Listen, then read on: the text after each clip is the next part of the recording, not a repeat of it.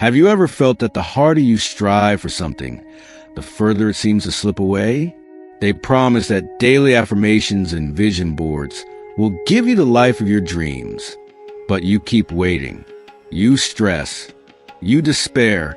Nothing comes. And just when you decide to let go of everything, that's when it magically appears.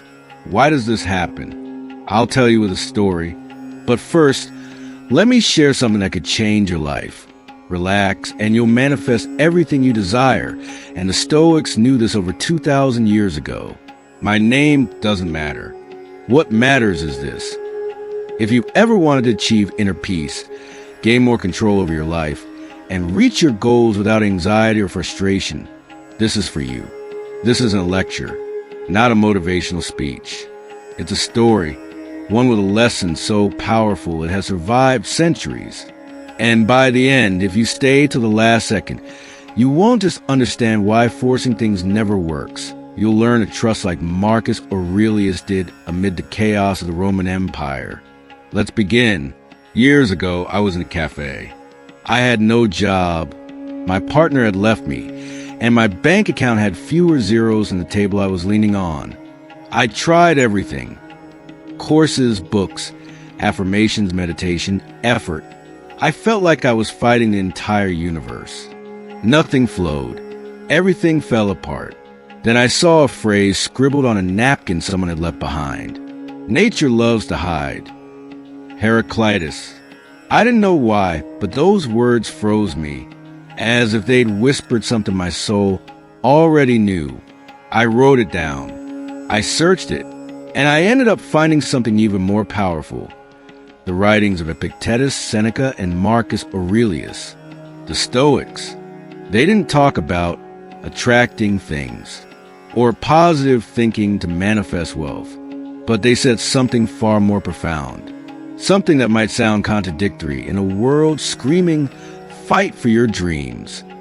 They said, happiness lies in acceptance, not resistance. And guess what I discovered later? That by accepting, you start receiving. That by letting go, the universe moves. And that control, the very thing you thought you needed to manifest your desires, is the real prison. But let's take it step by step. Epictetus was a slave. He lived in chains. No freedom, no money, no rights. And you know what he taught? That freedom isn't about changing the world, but changing how you perceive it. He said, it's not what happens to us, but what we think about what happens, that affects us. So the first key to manifesting without anxiety or desperation, stop fighting reality. Relax. Inner struggle blocks what you seek. An anxious mind forces outcomes. A calm soul simply receives them. But don't take my word yet. Let's keep going. Now, picture this. You're sitting by the ocean at night. Waves gently lap the shore. You're holding a rock. You want to float, so you clench your fist. You get frustrated. You hurl it with force. What happens? It sinks. Always sinks. Now imagine placing the rock on the sand, leaving it there. You sit, you watch, and suddenly, without you doing anything, the tide rises. It cradles the rock and lets it float effortlessly. This is how life works when you stop trying to control everything. This is how manifestation works when you release obsession with results. That's the second key. Let go. And I don't mean quit. I mean trust. Stop controlling the uncontrollable. As Marcus Aurelius wrote, accept what fate brings you and love it. What happens to you belongs to you. But how do you trust what you can't yet see? How do you relax when everything seems to go wrong? I promised I'd tell you how to trust even in the worst moments. And for that, I need another story. One that begins with an emperor alone, exhausted, and surrounded by traitors. Marcus Aurelius, the philosopher king, wrote his journal while leading wars, burying children, and facing the most painful betrayal of all, that of his own heart, which wanted to surrender. In one of his most powerful passages, he says, You have power over your mind, not outside events. Realize this and you will find strength. He didn't say, visualize victory and it will come. Not use affirmations to attract results. He said, master the only thing you truly control, your mind. And here's the third key. Relaxing isn't surrendering. It's choosing your response with wisdom. You can choose what to think. You can choose whether waiting feels like agony or a sacred pause. You can choose whether frustration controls you or becomes your teacher. Marcus Aurelius lost battles and kept writing calmly. You and I lose followers, jobs, relationships, and feel like the world is ending. But it's not about what we lose. It's about what we choose to learn from it. Let me ask you, what if the universe denies your request because it's preparing you for something greater? What if today's no is the yes you needed to awaken? Seneca put it best. Sometimes, not getting what you want is a wonderful stroke of luck. Here's something I've never told anyone. Once, I turned down a dream job offer. The pay was incredible. Travel, everything I thought I wanted. But something inside whispered, no. I hated myself for weeks. Thought I'd ruined my life. Cried, doubted, self-punished. 2 months later, that company went bankrupt. A friend who took the job left unemployed and broke. Was it intuition? Luck? The universe? I don't know. But I learned this. When you act from calm, from center, the right choices emerge on their own. Which brings me to the fourth key. Manifestation isn't about external effort. It's about internal alignment. Want love? Be love. Want peace? Live in peace. Want abundance? Feel abundant before the money arrives. This isn't magic. It's neuroscience, philosophy, biology. Your body responds to what you feel. Your environment mirrors what you project. Your mind filters reality based on your emotional state. The Stoics knew this without brain scans because they lived it. And if there's one truth that can redefine your life, it's this. You don't attract what you want. You attract what you are. When you are peace, when you are trust, when you are acceptance, the external world simply responds.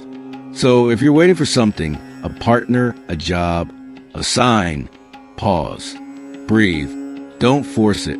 Ask yourself, what part of me still believes it needs to control this? The answer won't come as a miracle. It'll come as silence. And in that silence, you'll begin to manifest. Next, I'll teach you how to use adversity. Yes, the very thing you currently hate, as leverage to manifest faster. We'll do this with Stoic technique that transform how I view every obstacle in my life. The obstacle is the way. Let's talk about the obstacle. The one that hurts. The one you don't understand. The situation blocking everything you desire. This is where most give up. Where many believe the universe is against them. Where manifestation feels like a lie wrapped in pretty quotes. But this is where the magic begins. Marcus Aurelius wrote a line that became Stoic law and can change your life today. What stands in the way becomes a way. What you see as a block is exactly what you need to reach your goal, but only if you shift your perspective. Here's my story. Years ago, my biggest project failed. I'd invested everything, time, money, heart. Not only did it fail, it left me in debt, directionless, and crushed. Then, for the first time, I read Epictetus and Chariton in full. I didn't grasp it all, but one line struck me. Don't seek for things to happen as you wish.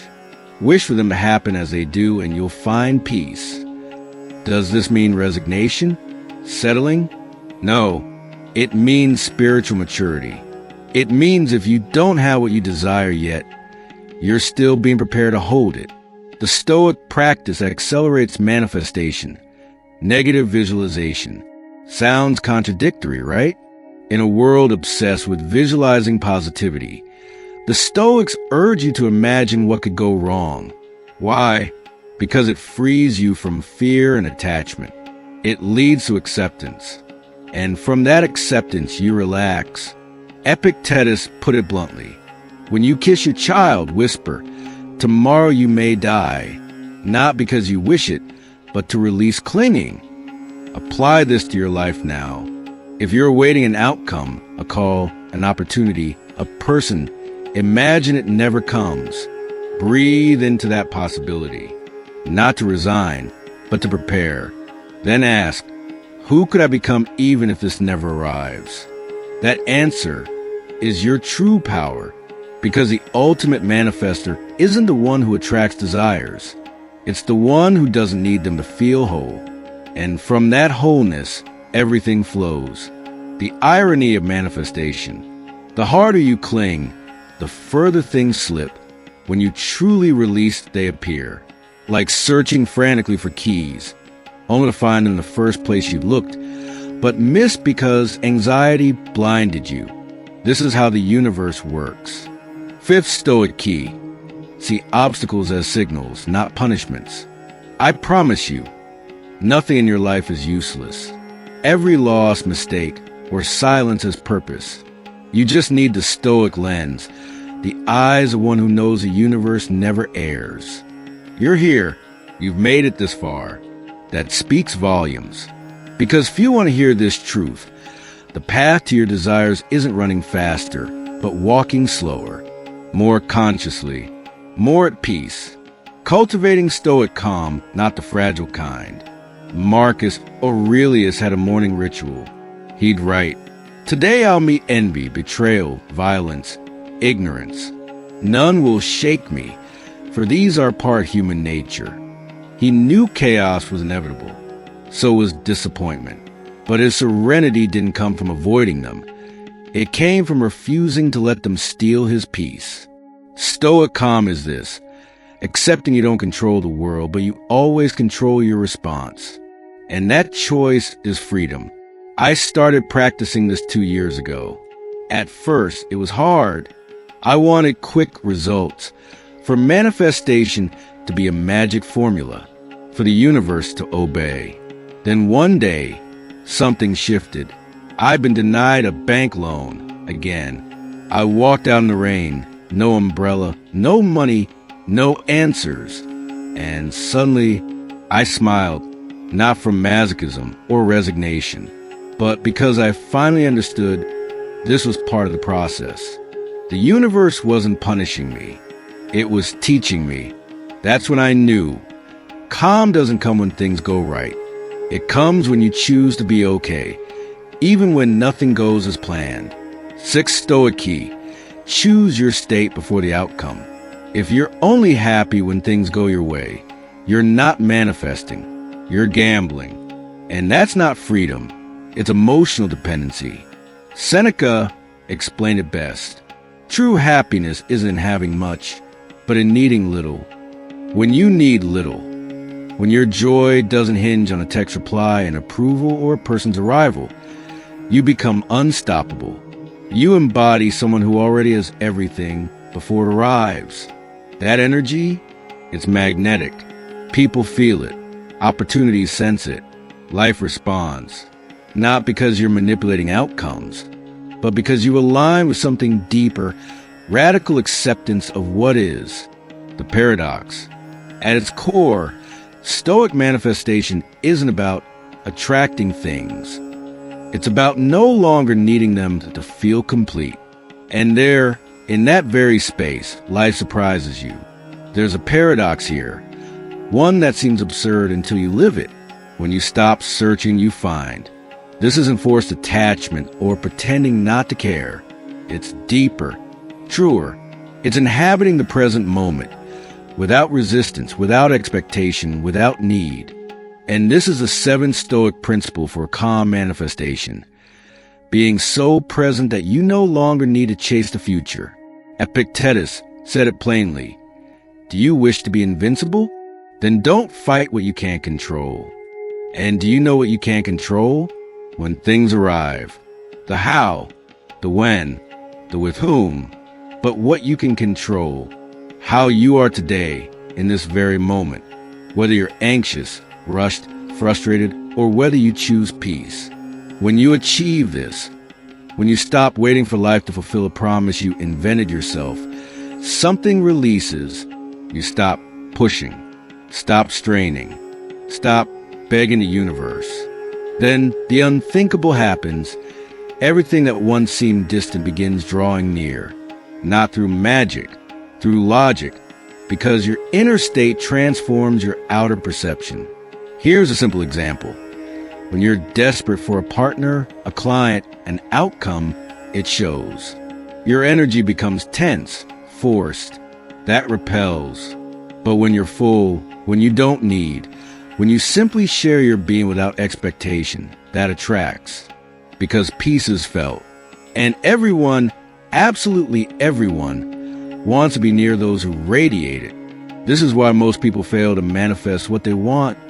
They ask from lack, from anxious desire, from childish expectation. But not you. You're learning to do it differently. Now I want you to close your eyes and think about what you deeply desire. Whatever it is, a partner, a project, financial freedom, inner peace. Now imagine you already have it. Feel the emotion, the relief, the joy. Then imagine it never arrives. Who would you become? What version of you would emerge if you chose fullness without it?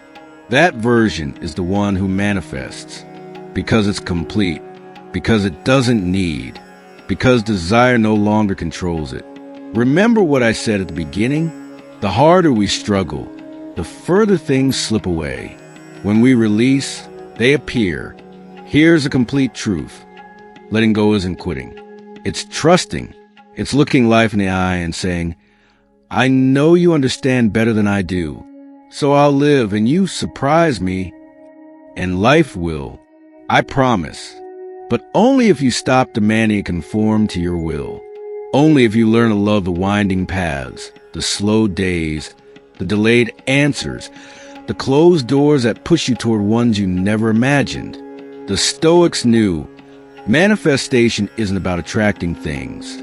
It's about living so aligned with yourself that the right things find you. And if you've made it this far, you're already doing it. Here are 3 simple yet powerful tools. First, the dichotomy of control.